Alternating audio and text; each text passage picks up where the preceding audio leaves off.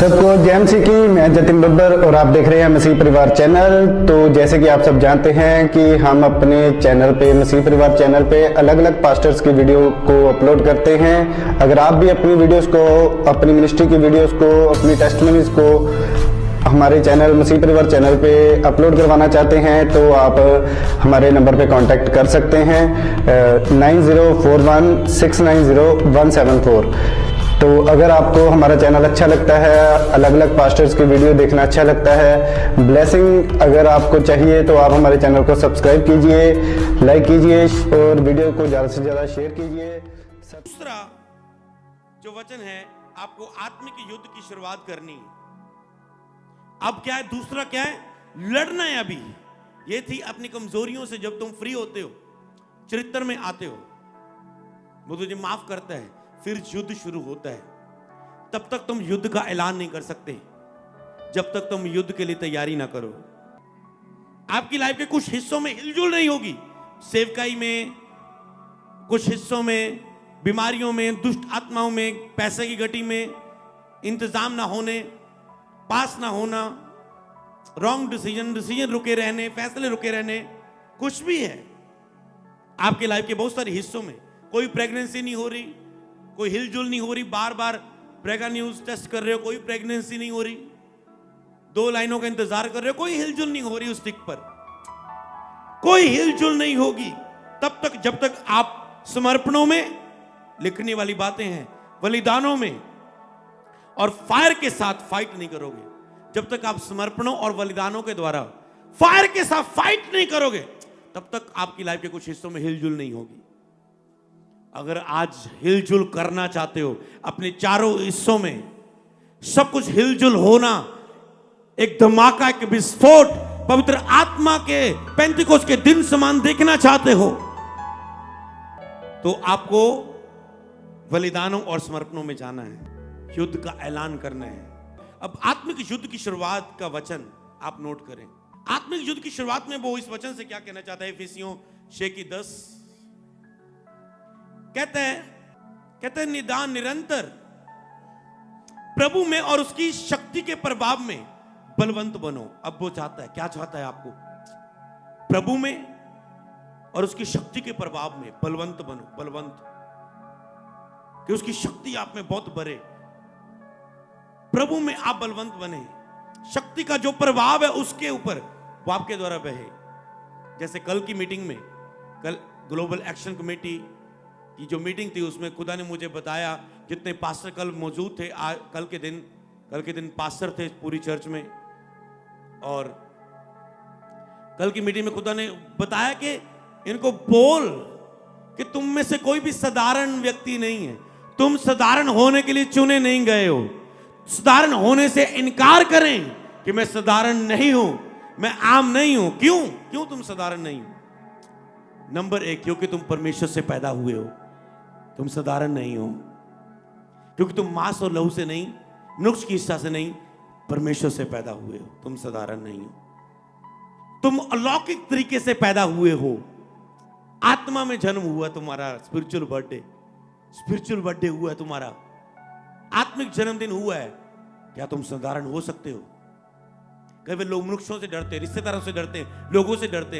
अरे बाइबल कहती है जो तुझ में है वो उनसे बड़ा है जो इस संसार में है। तुम साधारण नहीं हो। तुम राजपदारी जालकों का समाज पवित्र पर जाओ, परमेश्वर की निज पर जाओ। क्या तुम वचन क्या कह रहा है? तुम साधारण नहीं हो। परमेश्वर का बीज तुझ में है, परमेश्वर का स्वभाव तुझ में है। जैसा मसीह यीशु का स्वभाव है वैसा तुम्हारा स्वभाव हो। परमेश्वर का स्वभाव तुझ में है। जो उसकी संगति में रहता है उसके साथ एक आत्मा हो जाता है। तो क्या तुम साधारण हो? बताओ। वचन कहता है तुम साधारण नहीं हो। ये बाइबल सबके लिए है। इनकार करें अपने आम नॉर्मल जीवन से। आपको पता है जब मैं नए मसीह में आया, मैंने साधारण जीवन को देखा। पास्टरों की लाइफ में, चर्चों की लाइफ में कोई आशीष नहीं, पास्टर गरीब, पास्टर की चिंताएं, परेशानियां, कलीसिया में कोई विदारी नहीं। और मैं उनके बीच में आया मसीह में, और मेरी सोच भी वैसी होती थी जैसे मैं सुनता था पास्टरों को।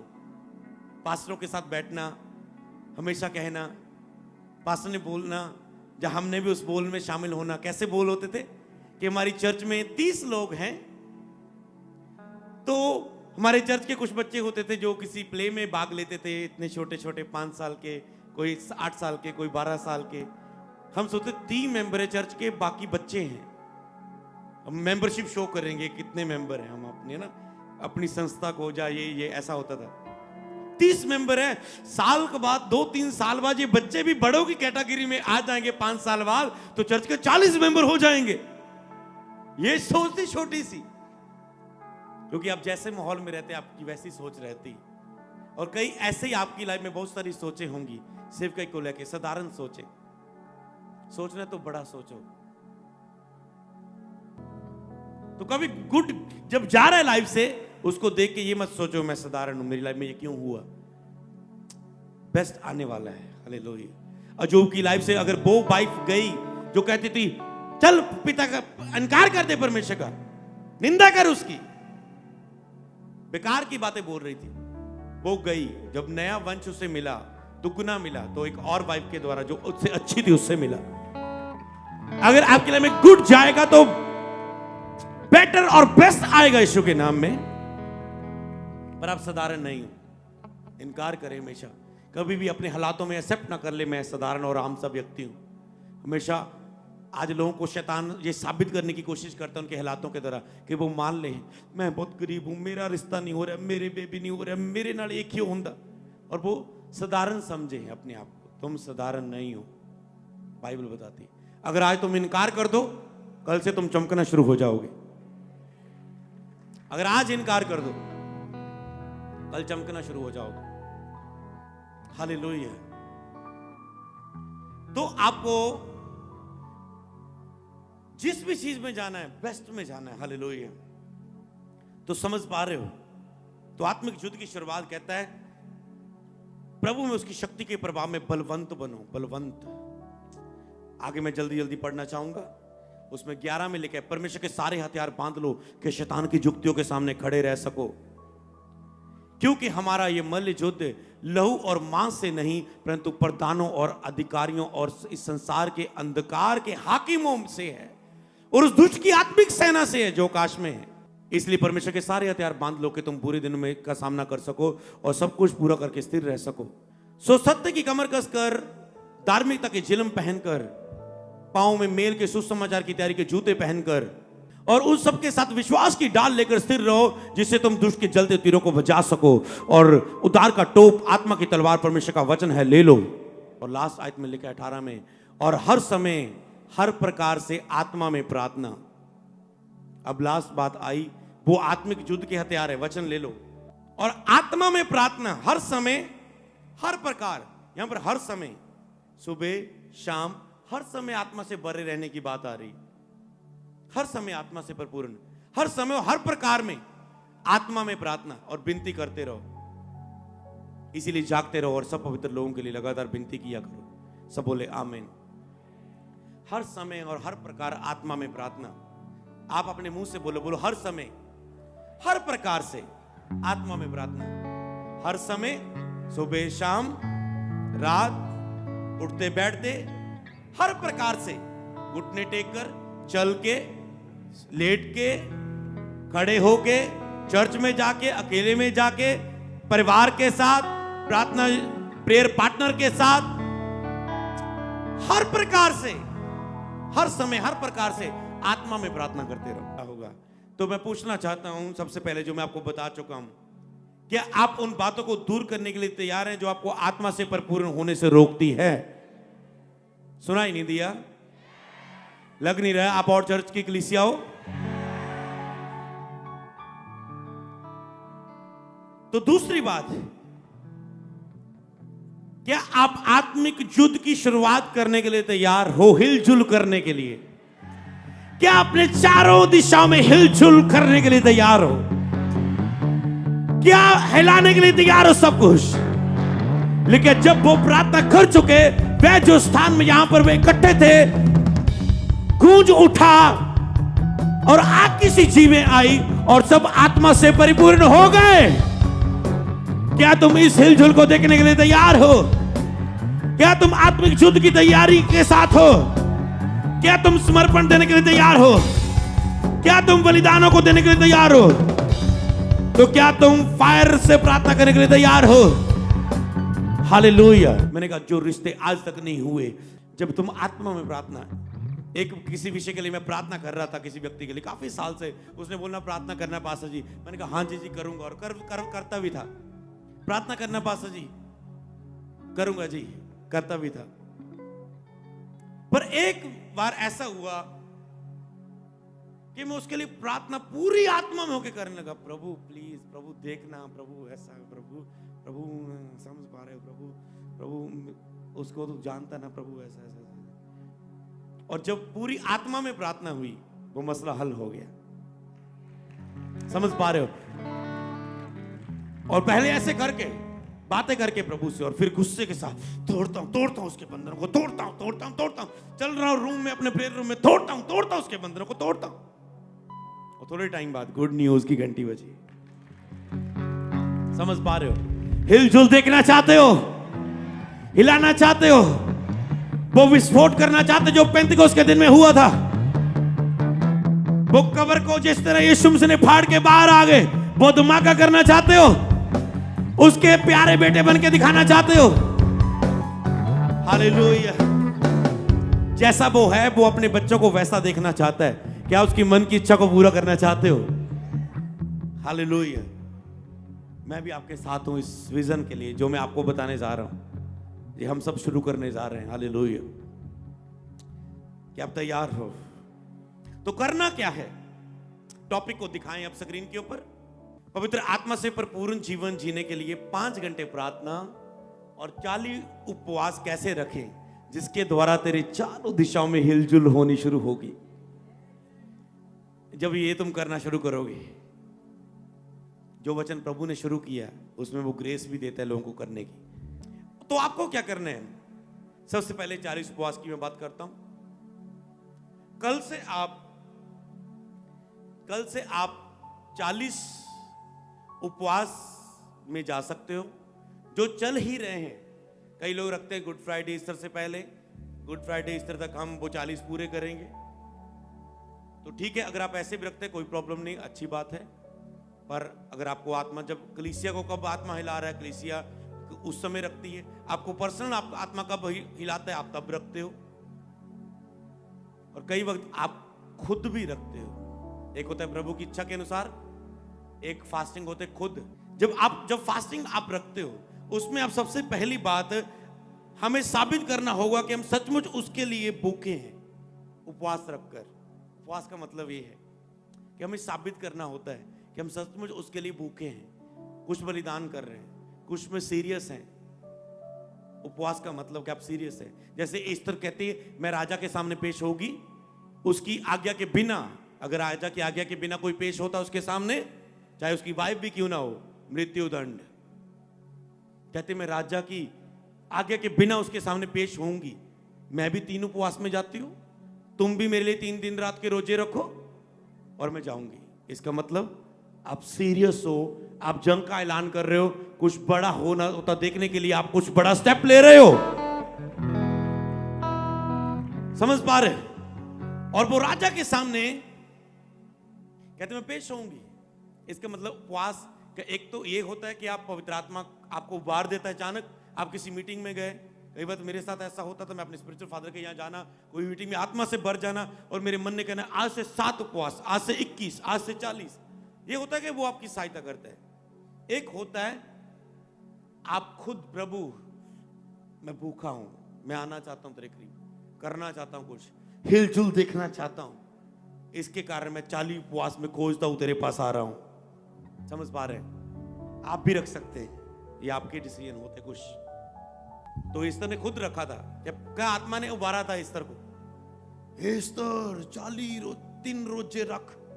क्या प्रभु की आवाज आई थी कोई?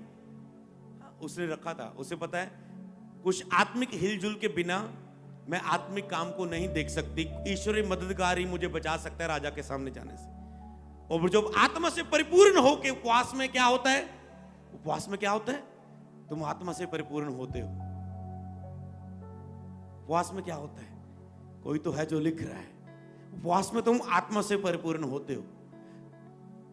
आत्मा से परिपूर्ण होते उपवास में तुम चरित्र में खड़े होते हो, और चरित्र में फिर अभिषेक आता है। उपवास में, फास्टिंग में तुझे अभिषेक मिलेगा, फास्टिंग में ही चरित्र मिलेगा, फास्टिंग में ही तुम आत्मा से परिपूर्ण होते हो।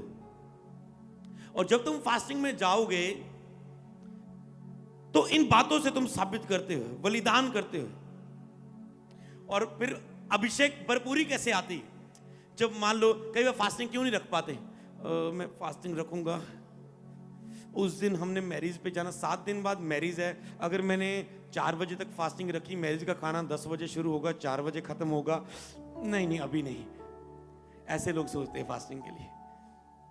ओ मेरी फ्रेंड ने मुझे पार्टी दी है, 15 तारीख को उसकी, मेरी फ्रेंड की स्कूल में जो है, कॉलेज में जो जॉब में है, मेरे बॉस ने पार्टी दी है, हाँ नहीं रखेंगे। ओ जी मेरे बिजनेसमैन, जो जहाँ मैं बिजनेस में जॉब करता हूँ, मेरी कंपनी ने हमें 3 दिन के लिए होटल में घूमने के लिए लेके जाना है, मॉर्निंग का ब्रेकफास्ट बफे लगा होगा इतना लंबा सारा, कैसे मिस कर दूं उसे?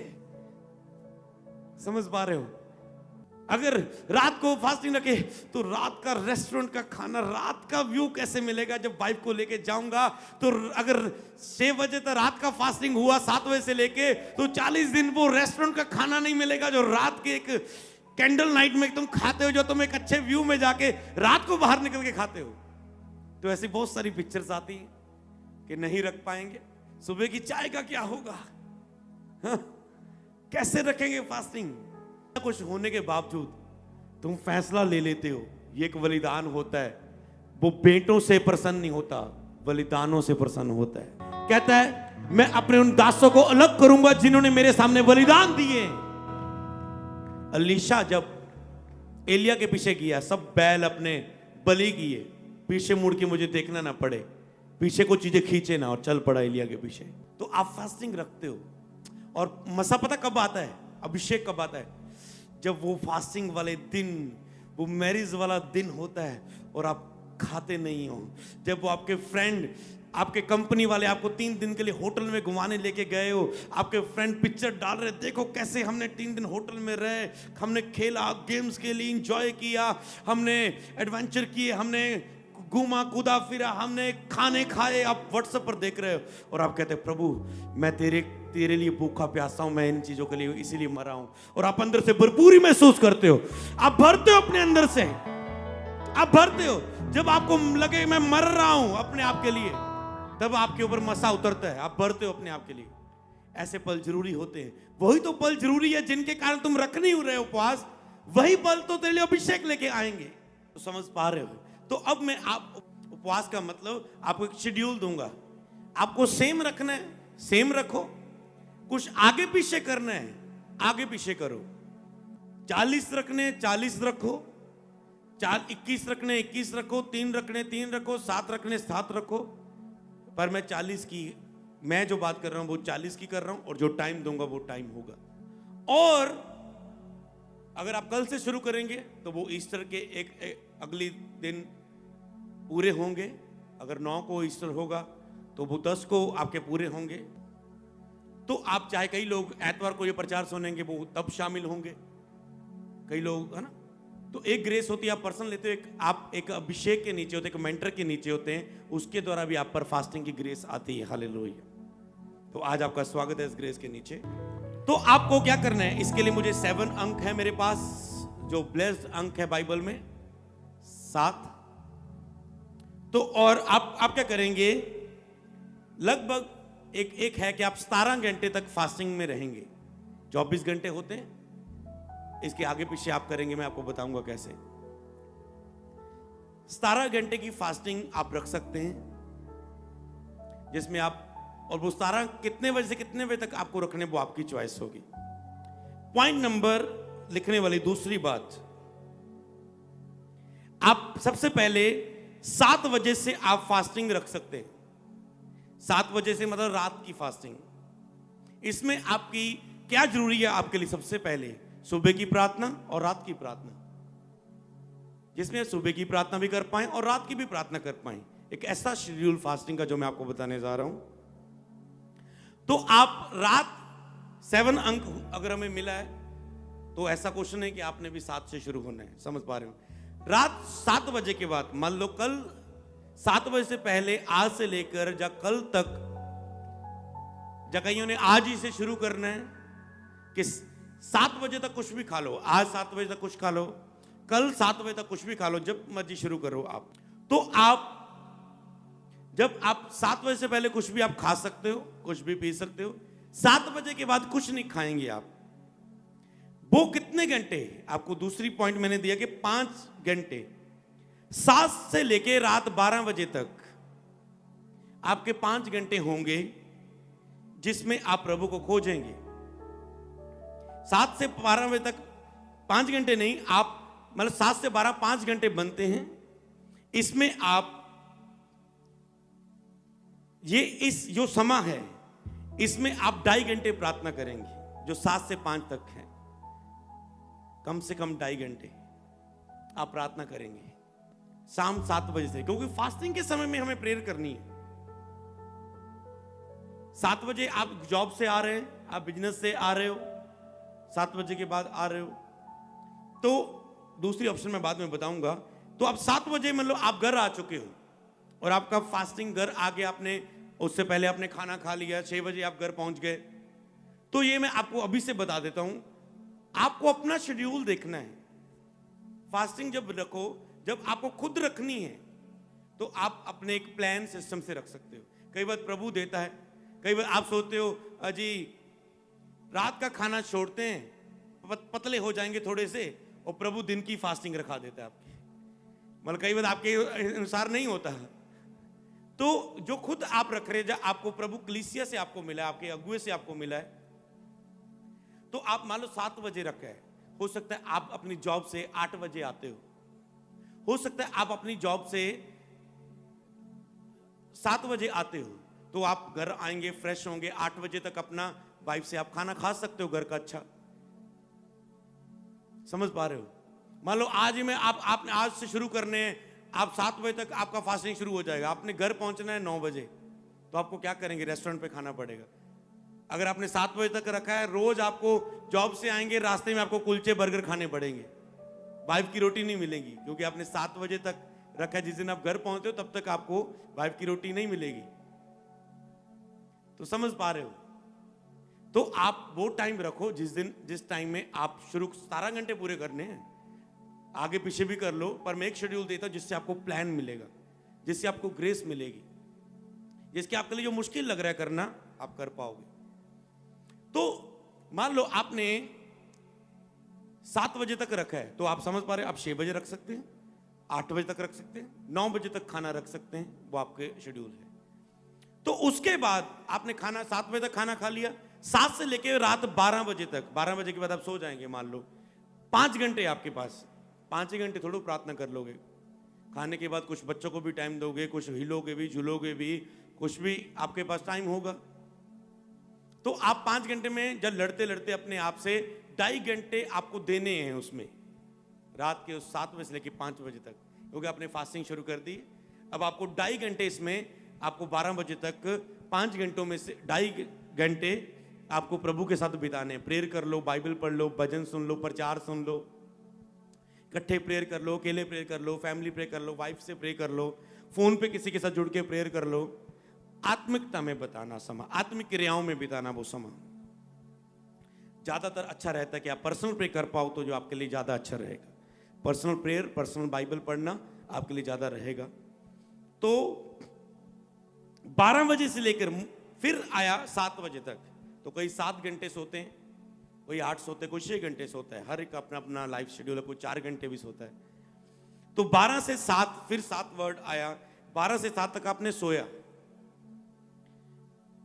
फिर आपको ये 7 घंटे आप सोए, और फिर मॉर्निंग 7 बजे, मॉर्निंग 7 बजे आप उठे, फिर से 5 घंटे शुरू, दोपहर 12 बजे तक, सुबह का आ गया, सुबह के 7 बजे से 12 बजे तक, शाम को 7 से 12 तक, 5-5 घंटे है, 10 घंटे है। पर तूने इसमें कितना प्रेयर करना है? 5 घंटे। रात के 2.5 घंटे लड़ना है अपने 5 घंटे से, और सुबह 7 बजे उठे 12 बजे तक अपने 2.5 घंटे आत्मिक क्रियाओं में बिताने हैं। बाकी आपको बहुत सारे काम होंगे, आपको जॉब पे भी जाना हो सकता है, रेडी भी होना है आपको, वो तो बाकी 2.5 घंटे इधर उधर निकल जाएंगे, तो बस 2.5 दे दो आप। तो मैं अब आपको इसको आत्मिक शेड्यूल, इसके कार्य भी क्या होंगे वो भी बताता हूं। तो आप समझ गए, 40 फास्टिंग चाहे जितने मर्जी रख लो। जो मैंने शेड्यूल दिया है, शाम 7 बजे से लेकर रात 12 बजे तक ये आपकी नाइट प्रेयर होगी, जिसमें आप 12 बजे तक आप प्रेयर कर पाएंगे, रात वाली प्रार्थना। उसमें 2.5 घंटे आपको बिताने हैं। तो सुबह 7 बजे उठे, 7 से लेकर सुबह फिर 12 बजे तक आपकी 2.5 घंटे उसमें आपको बिताने हैं। तो ये टोटल आपके लगभग 17 घंटे हो गए। 10 1 7 5 5 10 घंटे आपके, जो जिसमें आपने 2.5 घंटे बिताए, और 7 घंटे आपने सोया, 17 घंटे हो गए पूरे। तो 17 घंटे में से 5 घंटे आपको प्रभु को देने हैं। 5 सुबह, 5 2.5 सुबह, 2.5 रात को, शाम को, रात को। तो अब क्या होगा, तो आप इस शेड्यूल को समझ गए हैं। तो जो 2.5 घंटे होगी, तो जो 2.5 घंटे होती है प्रार्थना, वो आप मान लो लगभग 2.5 घंटे मान लो, तो ये आपका हो गया दशवांश 24 घंटे का है, कि दिन में एक पूरे दिन का 10वां हिस्सा, समय का 10वां हिस्सा। जैसे कई बाइबल में हर एक उपज का अपना 10% लेके आते थे, जैसे हम चर्च के हर एक पार्ट का 10% बोते हैं। आप कोई भी ऑफरिंग बोते हैं उसका दशवांश बोते। तो हर एक हिस्से का हमारे एक टाइम हमने चर्च में थे, और चर्च में एक भैन दे घर दे पिंडियां लगाई हुई सी, और पहला पिंडियां लगी और 4 पिंडियां तोड़ के लेके आई, कहती मेरी पहला फल ले आए। और हमने बहुत खुशी से कि उसके विश्वास को देखकर चारों को तड़का लगा के प्याज प्यूज डाल के बना के खाया मीटिंग के बाद। हालेलुया। तो आपको मतलब हर चीज का आप कितना अलर्ट हो। तो आप 2.5 घंटे की आपकी प्रेयर, जो आपकी जैसे 1 घंटे की प्रार्थना, पतरस को कहा क्या तो एक पहर भी 1 घंटा भी मेरे साथ जाग नहीं सका, और वो परीक्षा में पड़ा, इनकार किया, ताकत नहीं मिली उसे, दिलेरी नहीं मिली उसे। शैतान से बचने के लिए लगभग 1 घंटा प्रेयर, कुछ अद्भुत नहीं होगा, बस शैतान से बच रहे हो आप, पंखों के नीचे आ रहे हो। पर अगर प्रभु से कुछ लव करते हो और आज्ञाकारी बच्चे बनना चाहते हो, तो 2.5 घंटे समय का 10वां हिस्सा, लगभग 2.5 घंटे 24 घंटों में तो प्रभु को देने ही चाहिए। तो जो ये 2.5 घंटे आपने मॉर्निंग दे दिए, मान लो सुबह दे दी आपको, तो रात के जो 2.5 घंटे होंगे ये आपको पवित्र आत्मा से भरेंगे, ये आत्मिक युद्ध के होंगे, ये हिलजुल करने वाले होंगे यीशु के नाम में। समझ पा रहे हो, ये हिलजुल करने वाले होंगे, क्योंकि जिसने मॉर्निंग 2.5 घंटे बिता ले, रात को 2.5 घंटे में उसे अपनी निर्बलताओं से लड़ने की जरूरत नहीं पड़ेगी, वो पहले ही आत्मा से भरा होगा, और वो अगले 2.5 घंटे में, चाहे वो रात के चाहे सवेर के, वो एक आत्मिक युद्ध को, हिलजुल करने वाले युद्ध को लड़ेगा यीशु के नाम में। हालेलुया। तो 2.5 घंटे आपका दशवांश, आज्ञाकारी और प्रभु से प्रेम, और अगला 2.5 घंटे आत्मिक युद्ध जीतने के लिए। किसके लिए आपको नोट भी करने, आत्मिक युद्ध जीतने के लिए, अभिषेक पाने के लिए, और परमेश्वर की स्पीड हासिल करने के लिए, कि जिस स्पीड से प्रभु आपको चलाना चाहता है आप उस स्पीड से चलें। किससे? 5 घंटे की प्रार्थना आत्मिक युद्ध जीतने के लिए, कलीसिया की चिंताओं के ऊपर जीतने के लिए, अपने मसलों पर जीतने के लिए, अपनी पर्सनल कमियों पर जीतने के लिए, अपनी लाइफ के हिस्सों में सफल होने के लिए, आत्मिक युद्ध, अभिषेक को पाने के लिए, और परमेश्वर की स्पीड को हासिल करने के लिए। परमेश्वर की स्पीड मतलब जिस स्पीड से परमेश्वर एक व्यक्ति को बढ़ाना चाहता है वो उसी स्पीड से बढ़े। हालेलुया। मान लो अगर हम कहें हमने 2017 में शुरू की, 2023 तक प्रभु ने हमें इतना बढ़ाया, ये प्रभु की स्पीड नहीं है। मैं खुद कहता हूं प्रभु तो इससे भी अधिक हमें बढ़ाना चाहता होता है, पर हम कितना दे पा रहे हो, कितना नाप रहे हैं, वो उतना ही नाप पा रहा है हमें। समझ पा रहे हो? तुम जितना नाप पाते हो वो उतना ही तुझे नाप पाता है, उतना ही तुझे डुबो पाता है अपने आप में। प्रभु की स्पीड तो बहुत बड़ी है, ये तो कुछ भी नहीं जिसकी हम टेस्टमनी देते हैं। जब आप किसी अभिषेक को देखते हैं, ये तो कुछ भी नहीं है। आपको प्रेयर करनी है, कितने समय से रखने, ये एक आपको शेड्यूल दे दिया, आप आज से शुरू कर सकते हैं, कल से शुरू कर सकते हैं। ऐसा कोई दिन नहीं है कि एक साथ हम इकट्ठे खोलेंगे, क्योंकि कई लोग संडे शुरू करेंगे, कई लोगों को ये वीडियो प्रचार बाद में सुनेगा, कई 2 दिन बाद देखेंगे। फॉरेन के लोग, कोई इसे सैटरडे सुनेगा, कोई इसे संडे सुनेगा इस प्रचार को, जो प्रभु की ग्रेस से। तो इसलिए आप कोई भी टाइम रख सकते हैं। कितने लोग ब्लेस्ड हैं इस चीज के लिए। आज रात तक आपका आत्मिक युद्ध होगा कि आपने 40 रखने हैं या नहीं, आपने थोड़ा कम डूबना है 21 रखने, आपने और कम डूबना है 7 रखने, 3 रखने, ये आपके ऊपर है कितना। जब मैं प्रेयर खत्म कर रहा था, खुद ने इसी लाइन को दिया, जितना तुम नापोगे उतना मैं नापूंगा। और मुझे नहीं पता था यहां पर बात आनी है। जितना तुम नापोगे, जितना समय तुम बैठोगे, 5 घंटे अगर 3 बिताओगे कुछ बुरा नहीं हो जाएगा, पर जितना तुम नापोगे उतना नापेगा वो तेरे लिए। और छुटकारा और आत्मा से भरपूर जीवन जीना आपका हिस्सा होगा इस 40 दिनों में। अगर पास्टर गुड फ्राइडे ईस्टर में कुछ देखना चाहते हो, बाद में प्रभु को कंप्लेंट ना करना तो कुछ कर क्यों नहीं रहा। प्रभु ने पहले बता दिया है, अगर विदारी को देखना है विदारी मीटिंग्स में, तो तैयार हो जाओ मरने के लिए, बलिदान देने के लिए, कुछ करने के लिए, हिलजुल देखने के लिए यीशु के नाम में। बोलो हालेलुया।